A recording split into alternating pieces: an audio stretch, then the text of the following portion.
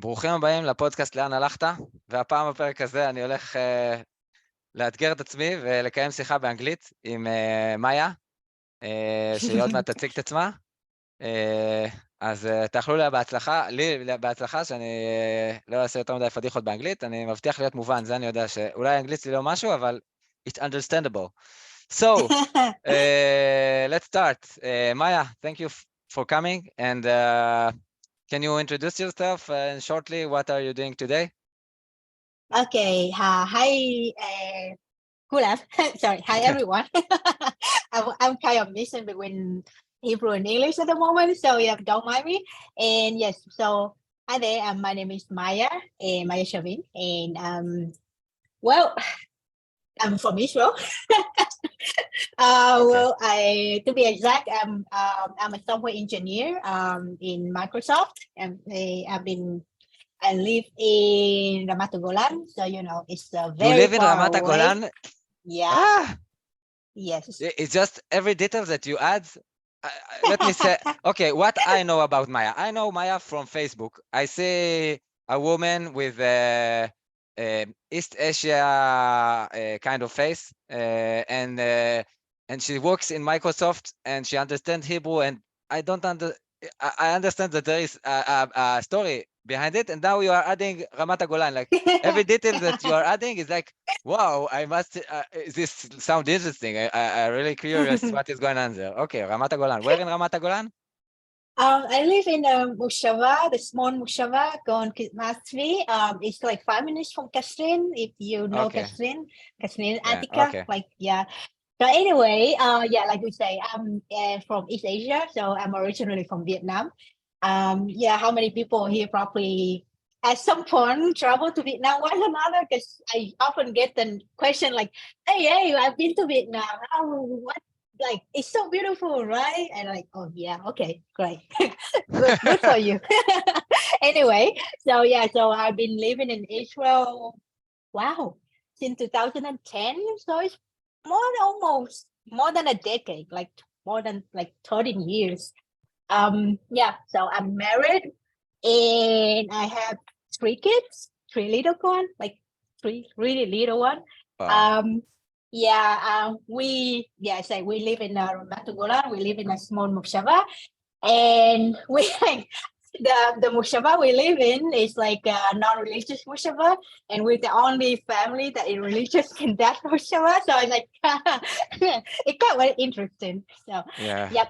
So I also converted to Judaism, and that's another story, because it's a very interesting story.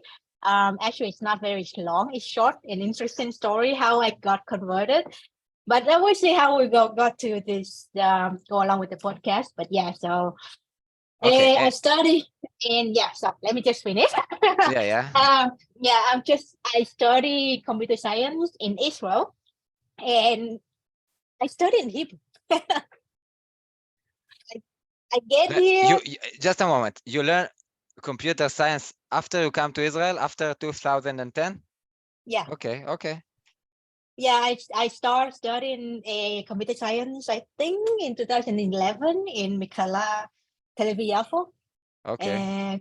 And academy Tel Aviv Yafo College. Okay. Yeah, anyway, so I studied.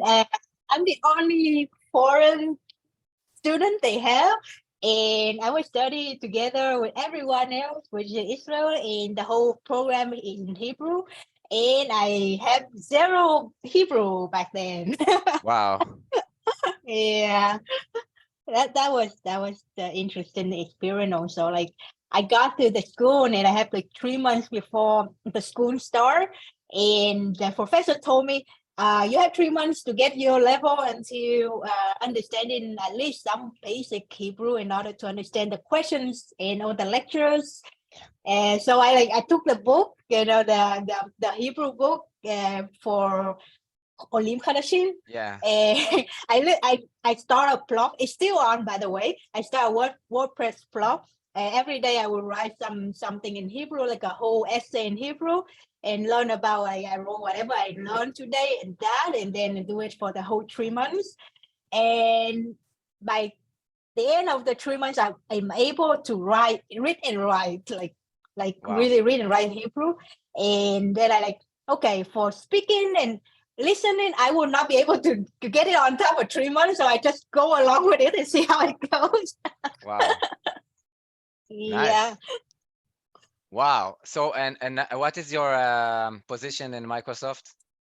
I'm a senior software engineer in working in the group called Industry AI, which we are doing developing solution applications for industry specific, from like a application like now we're moving more into AI, like open AI, the whole Okay. things with AI. Yeah, but So you are working with the people that are going to destroy our world. No problem. Okay. no, I'm trying to keep them to provide them a good UI in order to keep them Okay. away from destroying the user experience. So. Okay. So you are in the UI of the okay. Okay, Yeah. but we are less technical today, more about your personal story. So wow, I have so many questions. So let's start from the beginning. How was it to be born and grown up in Vietnam? Wow, what a Well, question.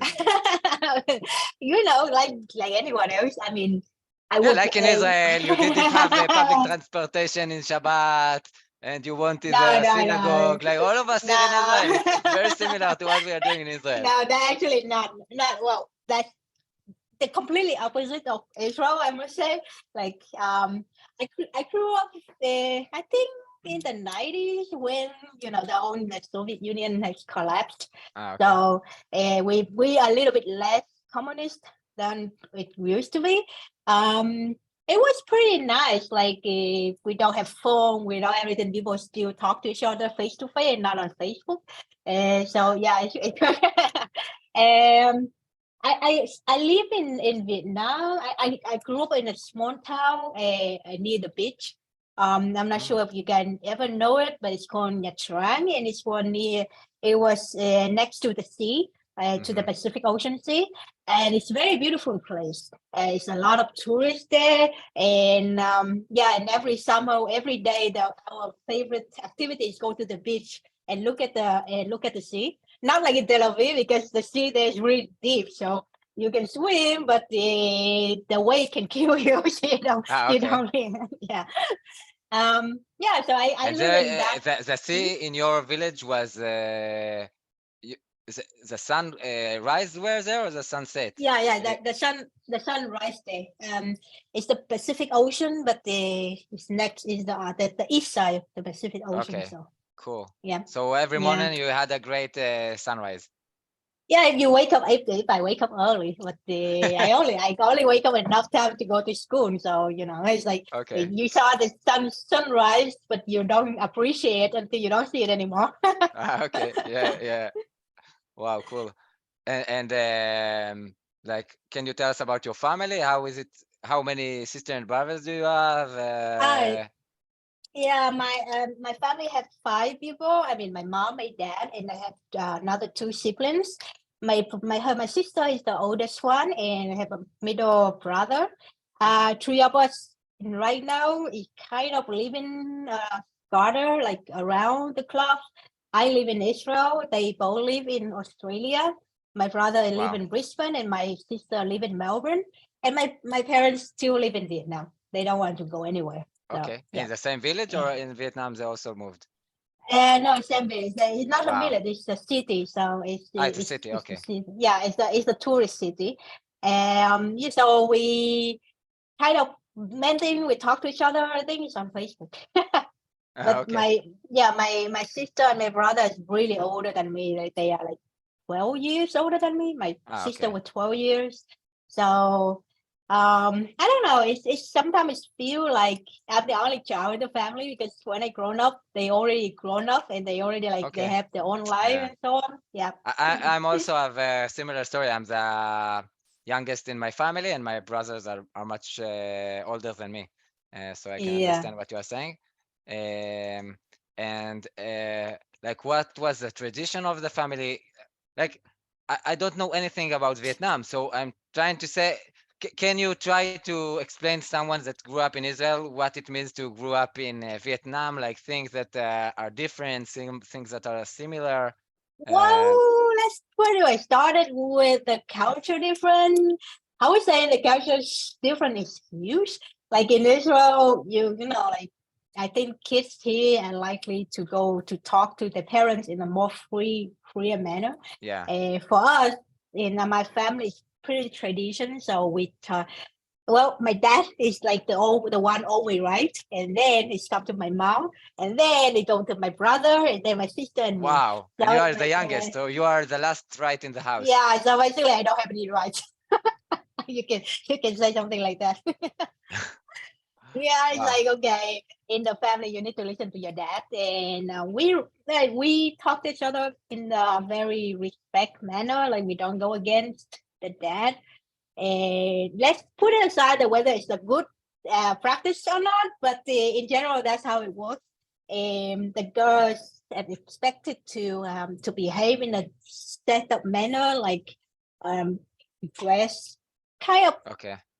tradition. Like it's my family is it's very tradition. It's kind of similar to a religious, but not like a religious family.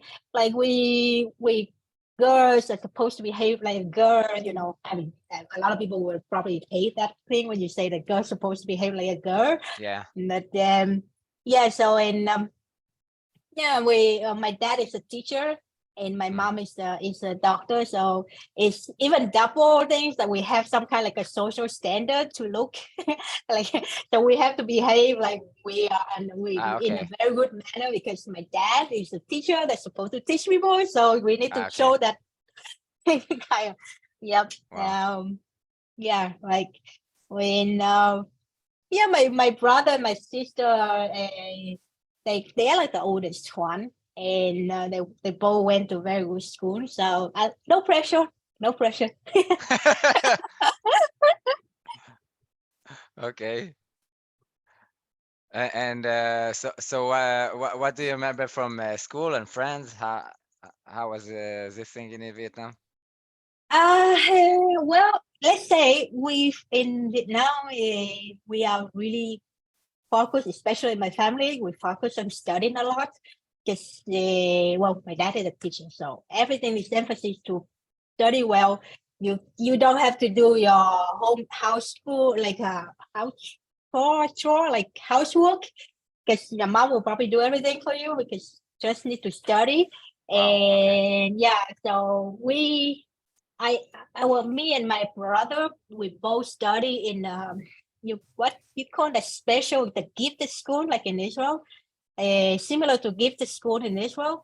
Like we both got into the gifted school of the בית ספר province. למחוננים בעברית? בית ספר למחוננים?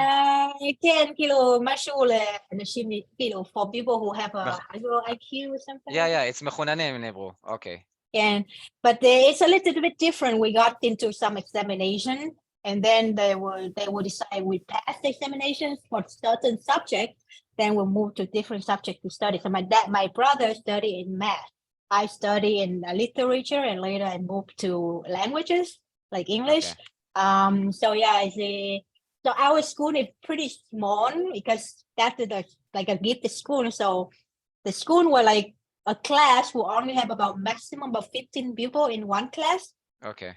So we know each other. We know on the teacher, and we also have some like every month we have some kind of like allowance for give the students. So we got an allowance, but the competition is so huge because every 3 months they will do some evaluation, and if you fail below the barrier of the grade, they kick you off the school. You move to a normal school. And if you fail a certain level of the grade, you don't get any more allowance, or the level, like how much money you will get will be reduced. And so yeah, like you have 15 people in the same class, and everyone have to study like crazy. We have to study every day from I think from 7 until 11:30 every day. And what 11:30 at the night PM? Like no 11:30 in the noon time.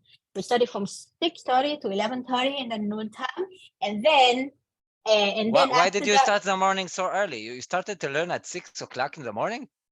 6:30. 6:30 to 6:30 to 6:45 is the Like in Israel, we started at 8, and people, as students, get very tired to school when you ask them to come in 8. That's what I'm saying. That you guys have a very good life. It's like I have to go to school at 6:30, and then at 7 we start the first lesson already. So Okay. yeah, the first Wow. yeah. So but then you finished early. You like to finish before 12 o'clock. It feels for me early to finish school. Yeah, we finish at 11:15. We go home. We have lunch because that's the normal thing. So we have lunch with the family, and then we start to study again at 2 o'clock. Okay. We go back to school and so it's only a break. Again. You don't finish at 11. No, we don't finish at 11. And then, but for let's say for younger age, you can choose not to have the afternoon school, but it's I don't see anyone that don't have that. Anyway, maybe on elementary school. So yeah. So after that, we go back to school at 2. I think of 1:30. I don't remember exactly anymore. 1:30 or 2, and then we study into 4. And then after that, we have private tutor, like the extra class until 9 p.m. And 9 then p.m. Okay. Wow. Yeah. It was that get even harder when you get into 9th grade, which is the grade, the bridge grade before the examination from secondary to high school, and then from high school to university, you have another period like that for 3 years to study really hard at night time and ready for the national examinations. So. Okay. Did you like what you learned in school? I think even in secondary school, I really like math. I really like math, and literature. I used to like literature a lot, but then it's in school because I was put inside the class for literature, and the teachers kind of like force you to go according to like a certain form. So it kind of killed my creativity. So I don't like it anymore. But yeah, I like study. I like all the subject I study. Most of it is good. math. I think if pupils in Vietnam in the schools that you described don't like to learn, wow, it sounds very suffering if someone don't like the system and learning and all that. Wow. Yeah, it's so different for me that I'm just shocked. Like, okay. No, I think that would change, but I don't know. That back then at that time. So, yeah. And also, I'm sure that there was very important to respect the teacher, like you said about yeah. Wow. So basically, there's no scenario where the parent will go to the teacher and shout at them for like for saying something to the kid or for doing things wrong to the kid, or the kid thinks that the teacher is speaking wrongly. There's no way like that in my generation and in my time. Teacher is the only right, and the parent always, like, if you got into the situation where the parents where you and the teacher have an argument or some sort, the parents will always stay with the teacher. Wow. Yeah. It's good and bad in a way, but of course. But we can say that it's very different from Israel. This is for sure. Yeah, it's very different from Israel. Wow. My kid's teacher was so shocked to see that I came to the teacher, and then I was completely agree with them about what they say about my kids and what they need to improve, and they like, are you sure you want that? This is what you want? And then wow. Do you have any remember of things that you come to Israel and you saw, and then you were shocked that how people behave in Israel about something because it's so different from Vietnam? That's like, wow, I have so many things to tell you about that. Okay, give us one too. What's going on in your one? I would say, let's say, in 2010, when I first came here, the first thing I was shocked is how people were speaking to each other. Like when we talk to each other in Vietnamese or in like we're very polite, you don't really hear that we are raising our voice or we are like shouting or stuff like that or talking. We're talking really nice. Sometimes it's a little bit too much and we go around the time, but Okay. politeness is going on the way. But in Israel, the first time I got here, I got into the bus. And then I saw the bus driver and one lady was talking to the bus driver and they were like kind of literally shouting in my sense. And they're like, oh my God, they are shouting. I think, are they okay? Are they fighting or something? And when my husband was just, back then, my husband was just saying like, no, they're just discussing. They're not doing anything. They're just talking in like normal. I was like, how can you talk normal like that? That was my first culture shock. And then the second thing is like, if in Israel, like if you don't like something, you need to talk like really directly. Yeah, like, of course. Be frank. We don't do that. Like we always talk like nicely. We say we think about it in here. So when I got into the store, and I don't want people to come to me and try to sell me something like a closed store, and then I just saw that the sales person just go after me like really pushing. Like I went, no, leave me alone. I don't like, but I don't want to be really like rude. So I just answer nicely and. Like also random people on the bus would come and talk to me and say, are you Thailandian? Like, are you from Philippines? Are you from China? Stuff like that. And like, oh, we don't do that. But anyway. Wow. Yeah. Okay. I'm sure we will have more stories like that. Wow. Yeah. It's so different cultures. Okay. So until when you were a child and going to school and university, what did you thought about the future? You thought you will marry and live in Vietnam and be an engineer in Vietnam. What was your thought as a child? Okay, let's go back to when I'm sure that you didn't imagine that you will marry and live in Ramat Golan. This wasn't your future expectation. No, never, ever. Like it never crossed my mind. I don't even know that there was some country called Israel in the sense of the like a country really. But I would keep it for that because I don't want to make it very like not nice on the podcast. But anyway, let's put it this way. When I was in high school, I had no idea there was, even when I was 24, 23, 24, I have no idea that Israel exists as a country.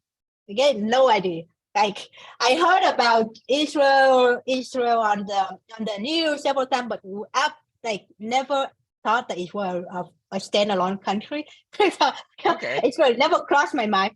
And in high school, I went at university. My first university I went to is business management. Mm-hmm. So I studied business management. And I also have a bachelor degree on that. I never thought that one day I will become a software engineer, even writing code. Even though I started writing code in Pascal when I was 15 at the part of the program in secondary school. So in secondary school, we have a program that whoever get into the program, do the program will get some extra point for the examination to the high school. So there was certain program that you can choose. One is to do tailoring, like you sewing. And one you can do like a carpenter, that mainly for guys. And one you can make like art and craft. This is for girls only. And I was in the art and craft because I have no other choice. They don't let me go for the carpenter because I'm a girl. So then I was there. I like it, but I don't really like it that much. And then they jump up and say, okay, we open another one called computer programming. And this will also count for going there. And whoever wants to do it, just volunteer because we don't have people coming there. And that was my first time when I joined the program. But in LinkedIn, you can write, I'm programming from age 5 or 6. I don't know. For LinkedIn, it's a good story. LinkedIn from a young age. Programming from Yeah, in Israel it's much better. I remember my husband told me that he got to his computer when he was 6 or something, like 5 or 6. And it Okay. was, yeah, I saw a photo of him sitting in front of the computer, so he was very nerdy. But anyway, Okay. but so anyway, so that was the story. I learned how to type with the computer. I learned how to do the Turbo Pascal, and then I got to university, got to high school, and I stopped with that. They don't expect girls to play with computer. And Okay. then I got to my business management. I finished high school. I finished university. I went to Singapore. I migrated to Singapore to live. I thought I'm going to live in Singapore or maybe move to Australia later. Just a moment. Why did you move to Singapore from Vietnam? Is it popular to do that? No, just because I don't want to live in Vietnam. Okay. So Now it's more popular to move from Vietnam to Singapore. But back then it was harder. If you don't study in Singapore or you don't study overseas, it's really hard for you to find a job in Singapore, especially for Vietnamese who study inside Vietnam. So it was kind of funny because I got there. I always wanted to live there, but I never do anything. And then I went there for a tour, just to visit my relatives there, because my brother got married to a Singaporean, so we have the relatives to visit. So I went there to visit them, and then I had 2 weeks, and then I just applied to some job in Singapore, and I got it. So cool. Yeah, and then after 2 weeks I moved back, and then I start to pack everything, and then I moved to Singapore. Okay. Yeah, but again, at that point, I was like, okay, I'll probably, this is my life setup. I'm going to live in Singapore. I probably will move to Australia later on. Probably do another master degree in business or something, and that should be still my life for good. Yeah, okay. Who knows? But never know what happened, you know. It sounds for me like a Forrest Gump. Life is like a box of chocolate. You can never know what you'll get. Yeah. And then I got on my very first 6 months. After 6 months, I was in Singapore. I met my husband. In Singapore. Okay, and then everything changed. Okay, now everything changed. Yeah. How did you meet him? Well, let's put this in his way. He would tell you that if he the one who tell you the story, it will be 4 seasons of How I Met Your Mother. If it's me who tell you the story, it will be the first chapter, and that's it for How I Met Your Mother. Okay. So you are with us here. Maybe I will do a podcast with him, and then it will be in Hebrew. It will be more convenient to our listeners. But what is your story?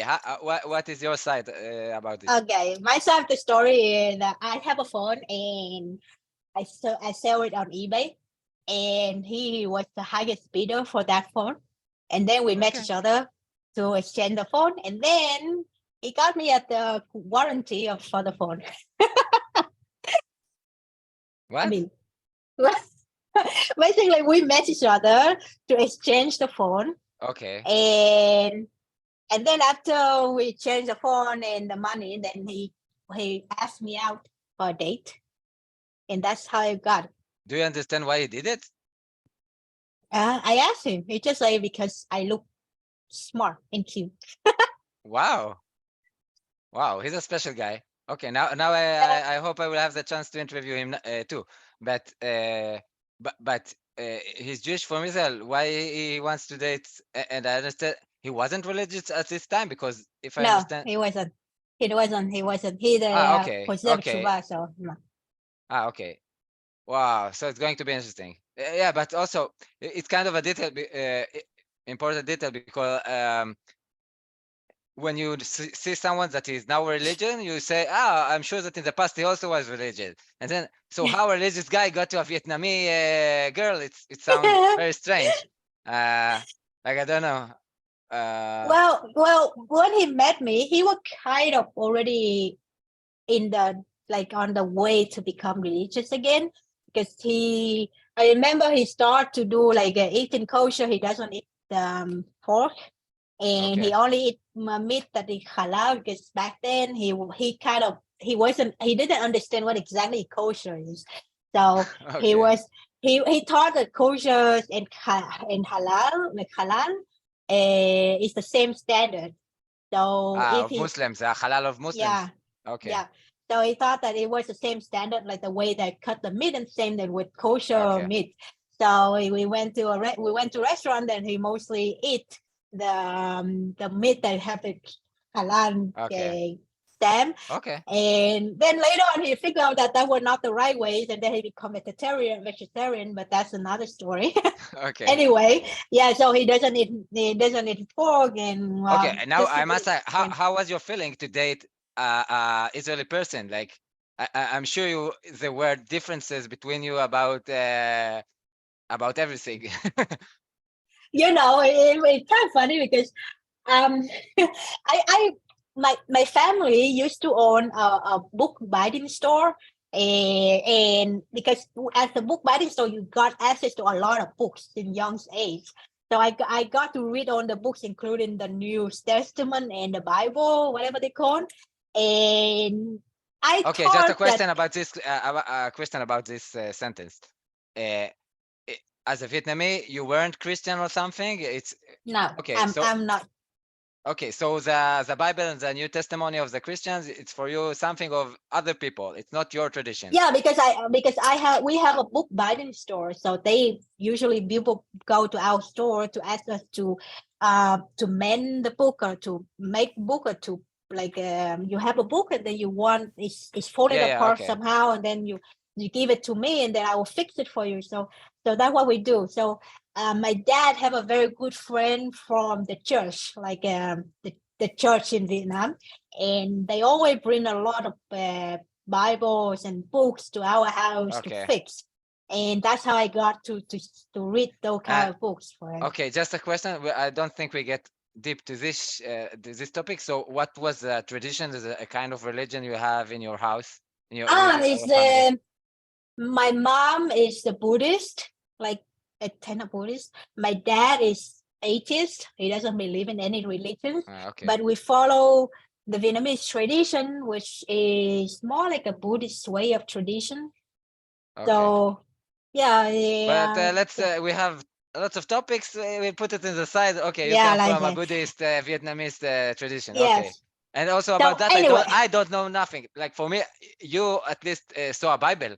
I think I don't know anything about Buddhism in Vietnam. But okay. Except there's this Buddha. I know there's a statue of Buddha. I think it's the only thing like every we have New Year. It's our tradition, family tradition, to go to a pagoda and pray to the Buddha. So you can say that we are pretty Buddhist in this case. My mom also a vegetarian in certain days. So anyway, back to the thing. So I read about the Bible. I know like the whole story about the Jewish and people like this. I just didn't know the word Jewish. Like I didn't know that the English word. You thought that it's a fairy tale, science fiction, or something like that. Yeah, I thought it wasn't real, and I thought the Jewish people died like 3,000 years ago. Anyway, okay, that was funny. Wow. Anyway, so I met him. And I wasn't aware that he's Jewish. And then we went out together, and one of my friends in Singapore is the contestant, I think, like also really like a Christian. And then she come and she heard that he's from Israel, and then she asked him if he Christian or Jewish, and then he said he's Jewish, and I was like, what Jewish? I thought you guys died like 3,000 years ago. Wow, it's so cool. and I actually asked him to go out with me on Christmas, like to celebrate Christmas. It's just kind of funny back then to see the guy was really uncomfortable going out with me during Christmas. He owned this Christmas tree hanging around there. Wow. Okay.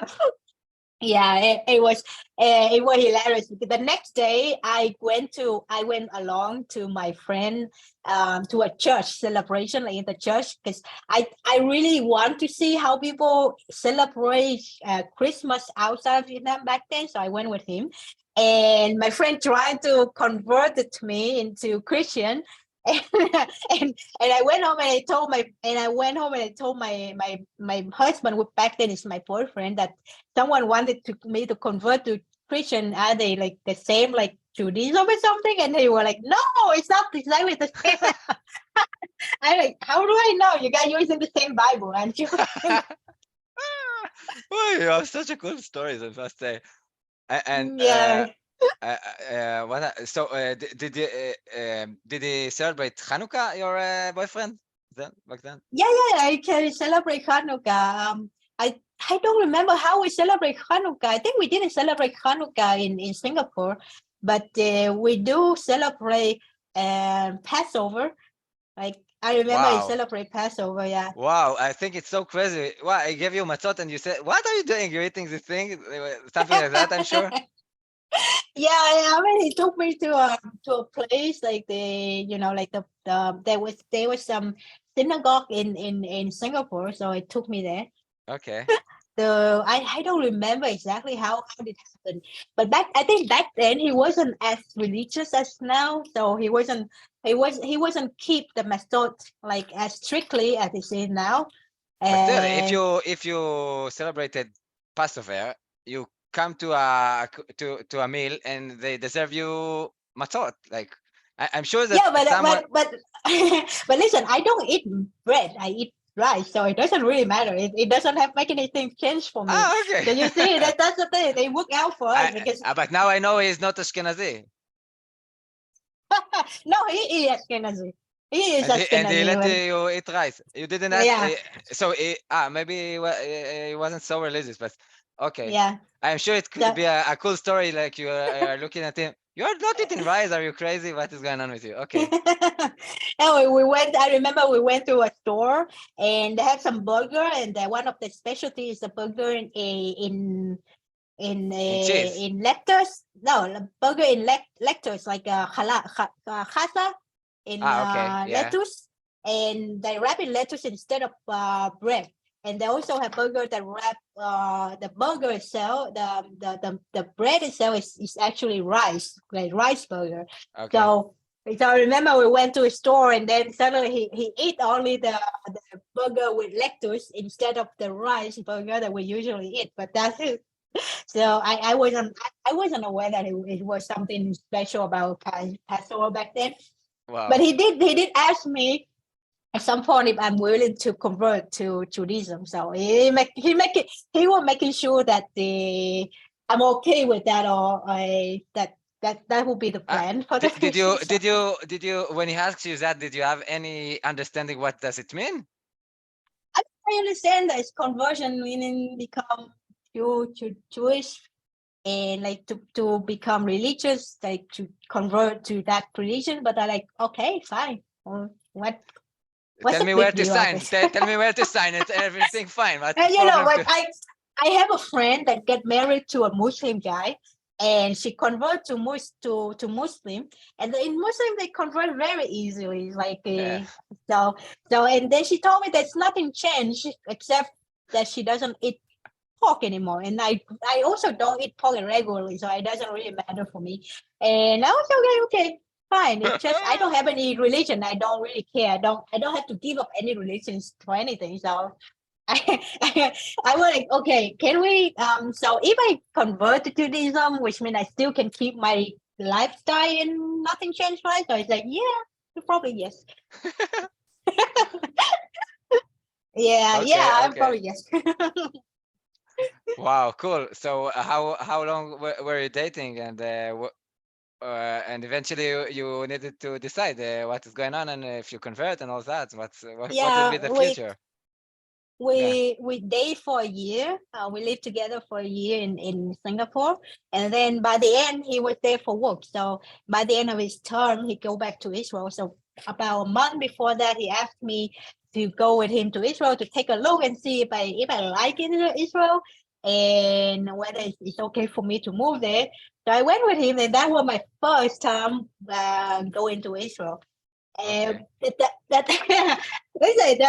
first entrance to Israel is funny because I went to Iran before.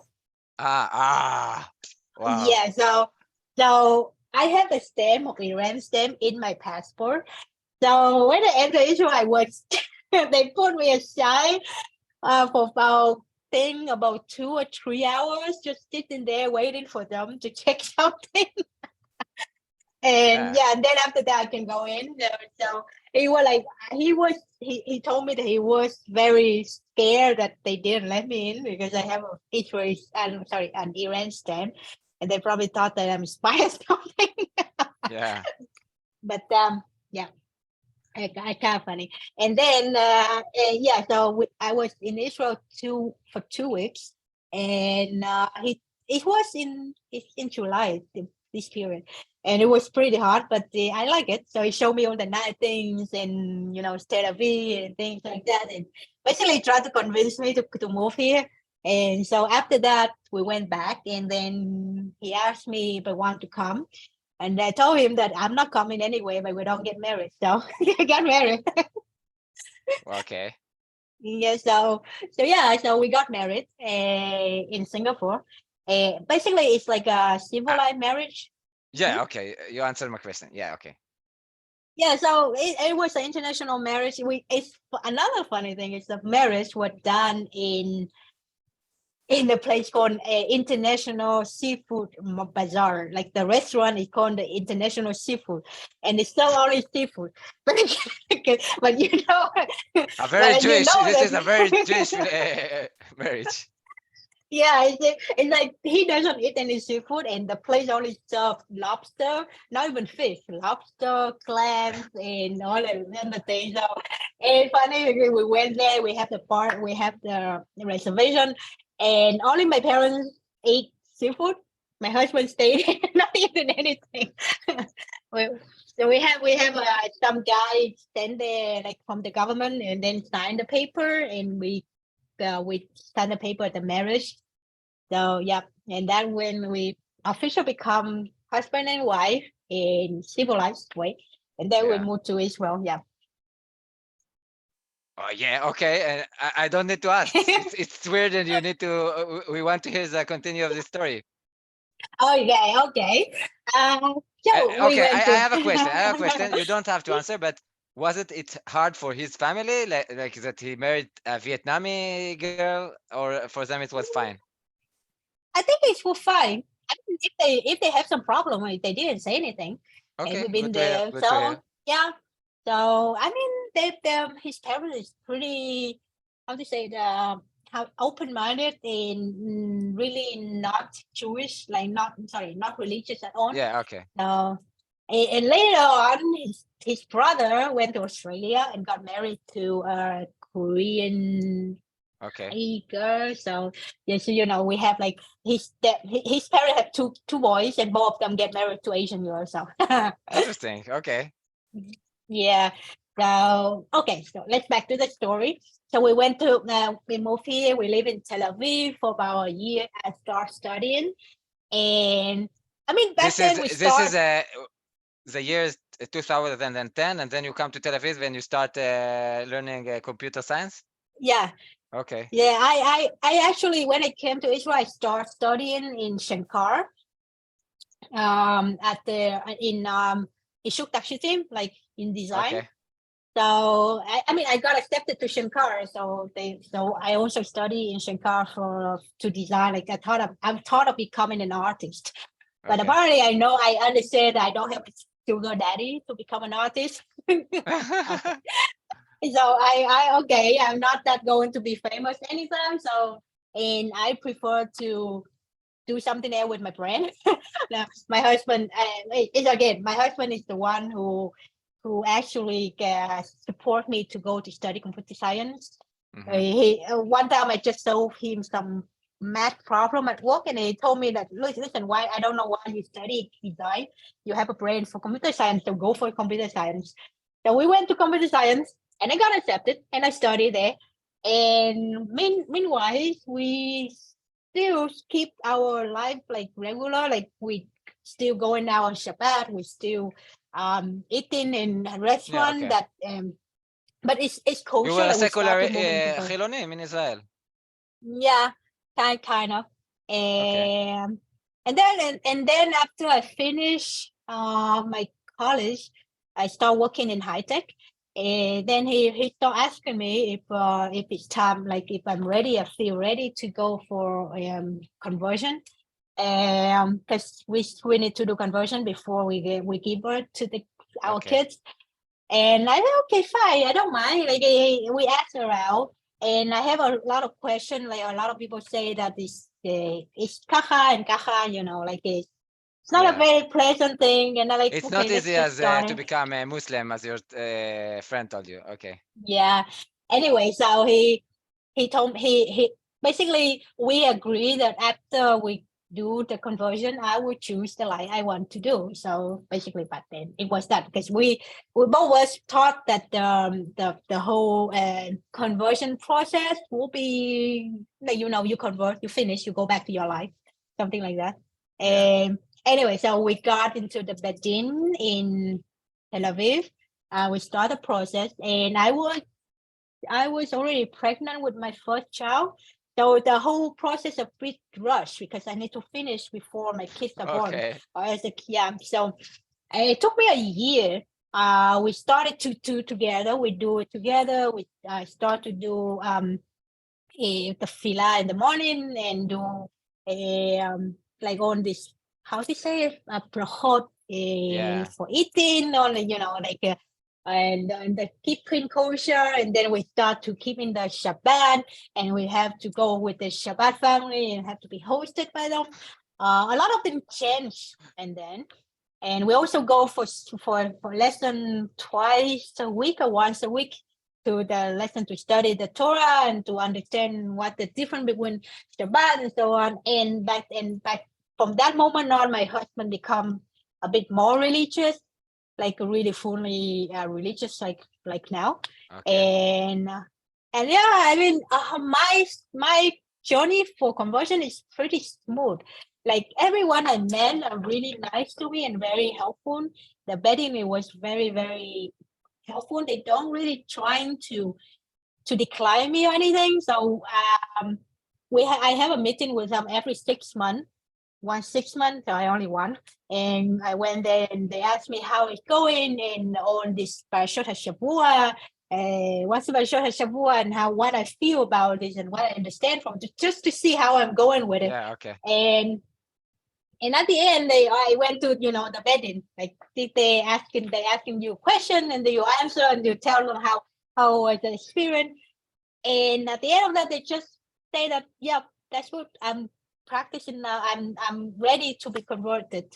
And then I'm converted. It's like my whole process is like, there's nothing like people say that they will reject you 3 times, you will do this to you, they will say make you lie hard or something. Yeah, okay, it's a big issue in Israel because it's also different when like I think the most known is Jewish coming from Russia and they say, I'm Jewish, I don't need your all things. But okay, it's a different story. Let's put it there. Yeah, I mean, it can be that because when you come, you already have your mind is not clear enough. Like for me, because I start the process and I start the whole process with my mind is pretty blank. Like I know the story from before, but I don't really try to argue with anything. So I just go and learn and learn from the rabbi and see the side of the story and then accept it. So it was more like I don't try to argue with anything. Yeah, okay. I'm happy for you if you had a good process and you are happy with. Yeah, it was pretty smooth. I was like my husband was so surprised that it was so smooth because we were prepared mentally that we probably take at least 2 years or a year and a half to finish, and I finished in a year. So exactly a year. Yeah. Cool. And yeah, so me and my kid was doing the what you call that one, mikveh, yeah. Okay. And then we were converted, and after that we talk about it, and then we agree about the fact that we want to raise the kid in a traditional way, like a religious way, because it's also match my style because I was raised in a traditional family. It's a different tradition, but there's still kind of it has shared some values in it. So so also it's much easier for us because we both work in high tech and we don't have a lot of times together and we don't have a lot of time for the kids during the day. So we by doing this, we keep the family close on Shabbat and stay together. Okay. And so yeah, I really enjoy the time when I turn my phone off on Shabbat. I do miss sometimes. I missed it, but yeah, it was kind of nice. And then I have another kids come out, another kids, and now all my trick is. But an interesting thing because we live in a moshav that is not religious, so the gan is also not religious. So Okay. so we have I have to prepare food for my kids, especially for the kids to eat in the Okay, gan. because Yeah, gun kitchen is not kosher. yeah, Okay. yeah. It's a big problem because we don't have any what you call the certain standard. Like you say, okay, have to be kosher, but then there's so many ways to go around it. So it make and they just take advantage of it. So I pay money for it, but I still need to prepare food for my kids, which is annoying. But okay. Wow. And can I ask why did you decide to live there? Like, it's a strange In decision to live in Ramat Golan. my Well, husband I know, originally. I really, it's my dream. Like, if I could have the possibility to live in Ramat Golan, oh, it would be. I really like all the steams there, Yehudia, Zavitan. Wow, every time I go there, I feel like I'm in heaven. So, but still, you need to go to work. Okay, it's nice for tourism, but it's not so easy to live there and work and raise a family. Well, first of all, my husband originally from there, so Okay. we already have a land there, and his parents is next to us, so his parents still live there. So Okay. that's a very big advantage why we Of want to course. move there. And the second thing is, we live in Petah Tikva, and we live in a very small apartment and so on, and for me to go with the kids and then every day we go home, we go to the gan like to the playground, the small playground, and then we finish the playground, we go back home, we are in the box. Literally in the Yeah, no box. problem. When you said that his parents live there, it was the greatest. Many Israelis, you ask them where they decide to live. Okay, it's near their parents. Okay, I understand. It's a right answer. Yeah, it's an understandable one. Cool. Yeah. Yeah, it's so okay. It sounds like so at least since you get married and have your children, so now you're kind of more ordinary story since then of it's just you have your look as a Vietnamese and not Israeli, but so how do you communicate with people in Israel? Is your Hebrew is good enough, but it's just not convenient for you to speak in Hebrew, or you speak English? How is? I can speak I speak in Hebrew here and there. Now because I work for Microsoft, so it's more international. So it's like speaking English mostly, but in general, I like on the day, like I go out, when I see some stranger on the street, we speak in Hebrew. Well, some people like to be nice, so they speak in English, and I've also answered them in Hebrew, but that's never mind. At home, we kind of mixed. My kids knows English, Hebrew, so we speak to each other in English, and they speak to their friends in Hebrew, and basically his family also speak in English, so we all speak in English. Okay. Yeah, but I at work when I talk to people, like I said, we have meetings. We doing most of the meetings in Hebrew, but also depends.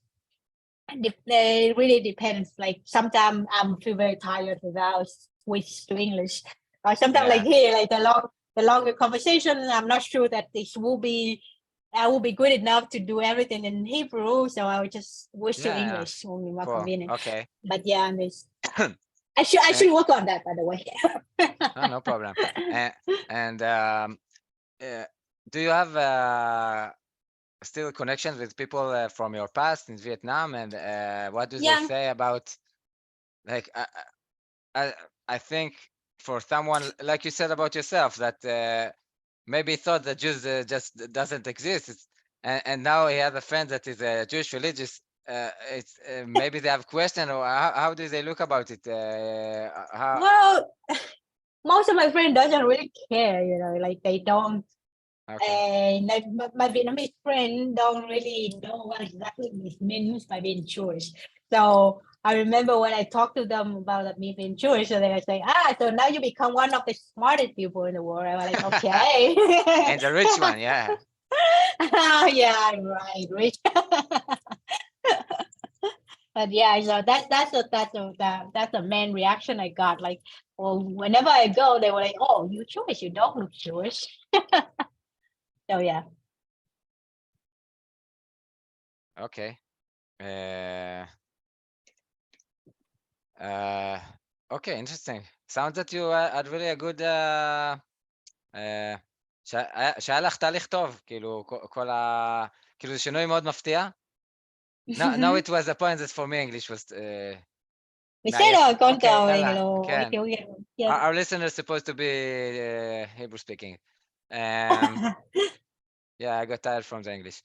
אז אני אומר, סך הכל נשמע שהיה לך כאילו תהליך מפתיע, אבל אני אומר לעצמי שלפחות עכשיו כאילו באמת יש פה כל כך הרבה פרטים מוזרים בסיפור, והיה צריך לשמוע אותו בצורה מסודרת, ואז אוקיי, עכשיו כאילו אני מבין את הסיפור. זה באמת סיפור יוצא דופן, אבל לפחות הוא קוהרנטי, כאילו אחרת זה כזה, איך בחור דתי פגש וייטנאמית, מה הם עושים ברמת הגולן, מה היא עושה במיקרוסופט, מה קרה פה, זה לא מובן בכלל, כאילו. ואז אני אומר, כאילו זה אוקיי. זה סיפור, כאילו זה סיפור להכיר, אני חושבת זה לא, אני לא יודעת, בשבילי זה ממש, קודם כל זה המון מזל. כן. עכשיו, גם אני לא יודעת איך הגעתי לפה, פשוט לא חשבתי שום דבר בדרך, כאילו, אני אוקיי, טוב, יש הזדמנות, לקחתי את זה, יש הזדמנות, לקחתי את זה, ובוא נראה, לא יודעת אם זה כן, אם זה לא משנה, בואי תקדם. יפה, כן. You can go on English, to listen to English, no problem for me, but כן, יאללה, אני כבר אדבר בעברית. כאילו, אני מרגיש שהגענו לשלב כזה של סיכום, אז אם אני אומר ככה מחשבות שאני רוצה לבטא את עצמי בצורה יותר ברורה, אז נוח לי לדבר בעברית באמת, הגיע כן, השלב אני שלי. ממש מסכימה אותך. Yeah, and so you will keep... It's just amazing. את תמשיכי באנגלית, ואני אענה לך בעברית. ככה שנינו נהנה, את תביני אותי, אני אבין אותך, ונהיה הכי מדויקים שאנחנו יכולים. יאללה, סבבה. אז וואו, סיפור מגניב. אני מנסה כאילו לשאול איזה, כאילו יש לך איזה שהם תובנות, כאילו דברים שאת מרגישה שבגלל שאת באה מרקע שונה ועברת סיפור מאוד מיוחד, אז את מסתכלת על הדברים כאילו בצורה מיוחדת? יש לך איזה דברים כאלה שאת יכולה להגיד? Well, there's a lot of things like that, a lot of things that I look at things differently. If that's what you're asking. Yeah. But things, for example, like the study way, like in here, and the way first of all, I really appreciate how the Israeli people study in college. Like in teacher are the best. So so you don't go against the teacher, and here in college you always question the teacher. So it's like it's give me the whole idea of the whole new things about how you deal with information and things. Like you always questions and you don't trust the teacher. Yeah, I good in that, but anyway. And yeah, on the other hand, I mean, I like to keep myself as the like politeness, the way of politeness, because I think that's much more. At least for me, I feel bad if I'm trying to be so like straightforward. Chutzpah. A chutzpah. I mean, also chutzpah is good in some way. You balance it. That's nice. I like to.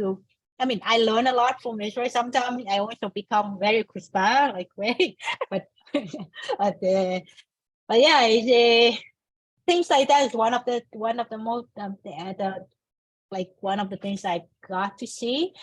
A lot of other different, like the way eating between the family and yeah, like Yeah, here we like prepare schnitzel for the kids.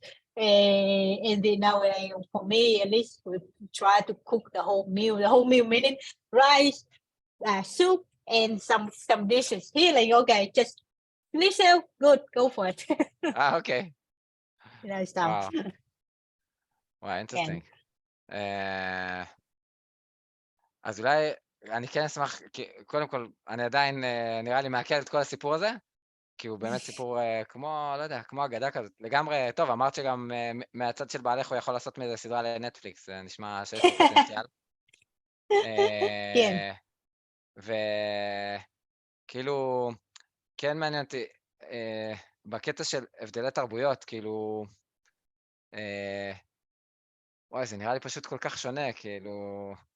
לא, אז כן, אני אנסה לשאול, בכיוון הדתי, כאילו, והמסורת, אני אשמח שתוכלי להציג אולי דברים דומים ושונים בין, כאילו, איך זה לגדול בתור, במשפחה וייטנאמית, עם מנהגים מסוימים, וחגים, ותרבות, ואוקיי, אני חושב שהבנת את השאלה.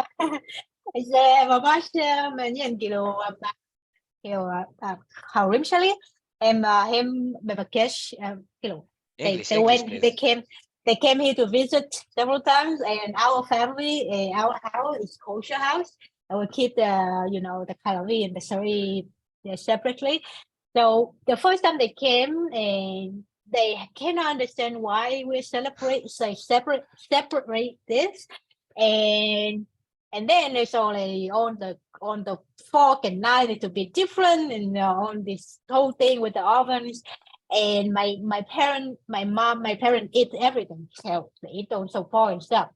So they brought us some gift, some dry food and stuff that make from pork and make from things, even though I told them not to, because Yeah. And being parents, they don't really listen to me anyway, so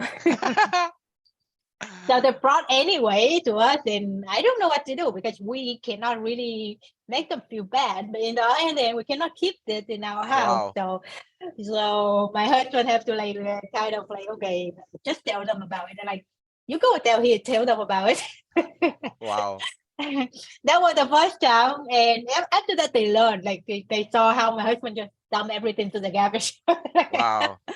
It seems for me so it's really difficult, because as you said, your father is kind of the king, and now the husband of his daughter takes the food that he brought to you as a gift and move it away. Wow, it's not so easy, but but they understand that it's our our house. So.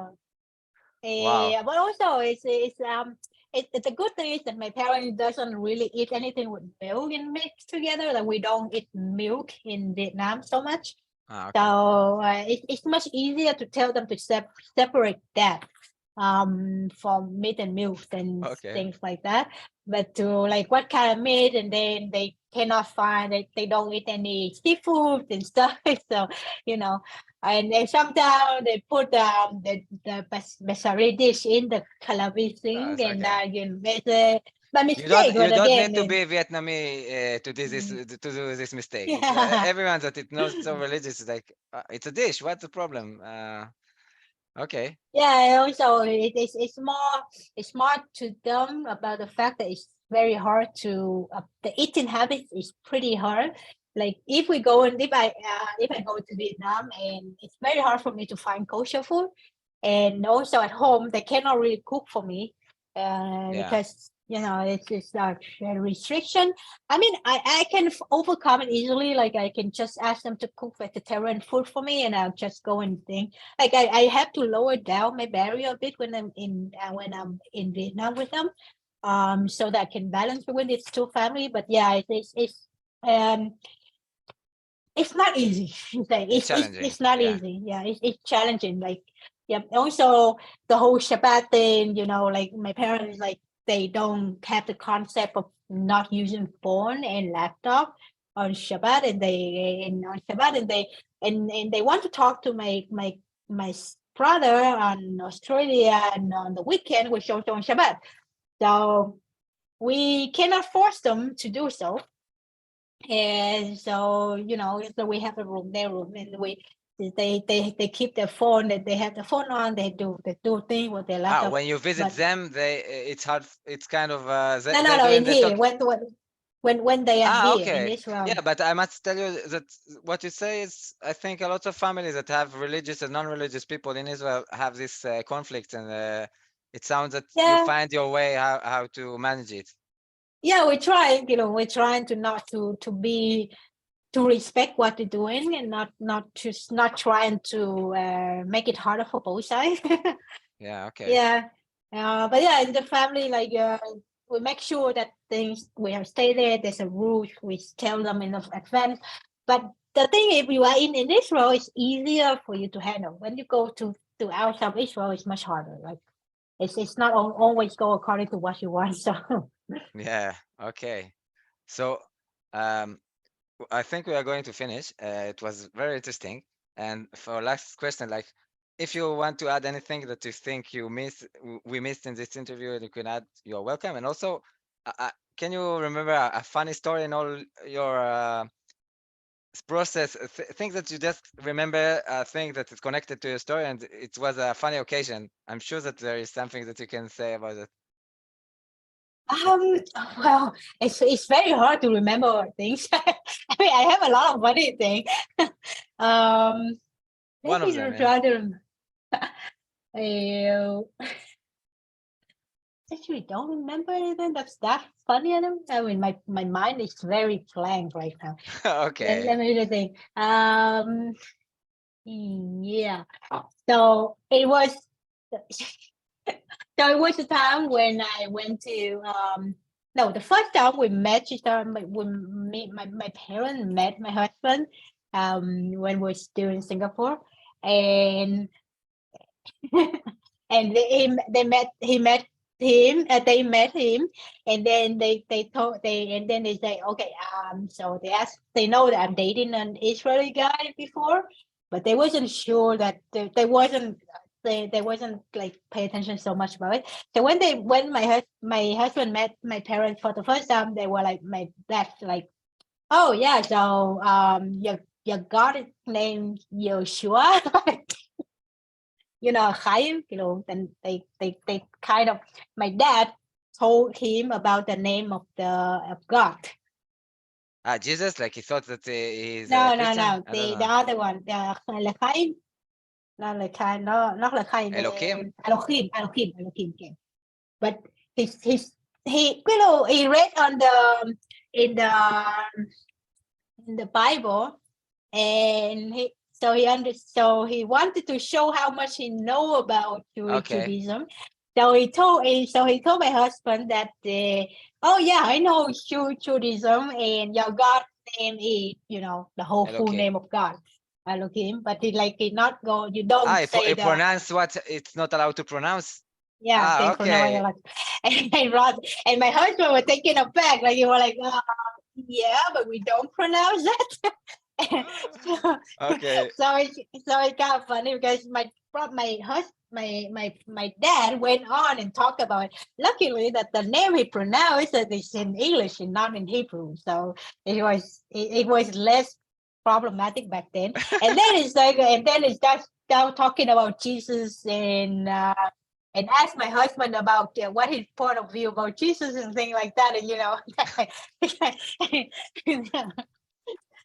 and my mom was like, are you sure you want to go to Israel? It's like have a lot of bomb and war and stuff like that. And that's of course. Yeah. So yeah, it was it was funny because I was there and I just came back from Israel, and my mom keeps saying that I usually want to go to a place in war. Like, which war are you talking about?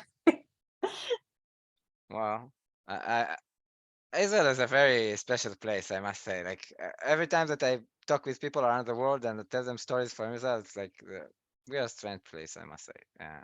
Well, the culture is unique. I can tell you that the Israel culture is very unique. Yeah. So I don't know what to say. Yeah. Every time, like now I have I'm really into open source, and I'm talking about open source with people around the world, and then sometimes we are going to personal things, and I tell them things about Israel. It's I enjoy to see their faces. It's just a shock every time from the start. Yeah. Yeah. כל פעם בהלם. מה זה אין לכם תחבורה ציבורית בשבת? כאילו, מה... אנשים לא נוגעים בטלפון, כאילו, כל השבת? כאילו, מה... אתה צוחק עליי. No, they don't know anything, of course, but, you know, as your friend told you, okay, to be Muslim, you sign something, you don't need something, okay, it's not so different, but to be converted to Judaism took you a year. It's like, זה כמו איזה קורס, זה כמו לעשות תואר להפוך להיות יהודי, זה לא איזה, בסדר, חותמים על משהו. Yeah, it's a very serious business.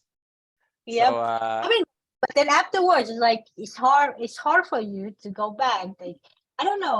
I after I finish my conversion, I'm more likely to stay there. I mean, now I don't do the tefillah anymore. It's just because I'm lazy. But yeah, but yeah, it's like a serious study, so you know this thing, and I like to think it's more like a tradition, so you know to think like the things like that, so you can explain to the kids if the kids want to know. Nice.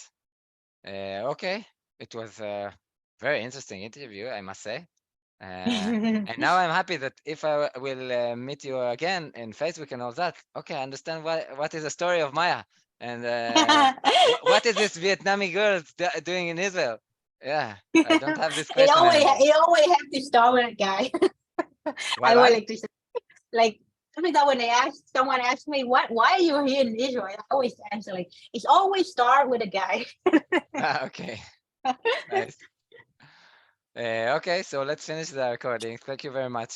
I'm sure the listener also will really like to hear the story, and we did. Thank you. Everyone will. Yeah, it was great.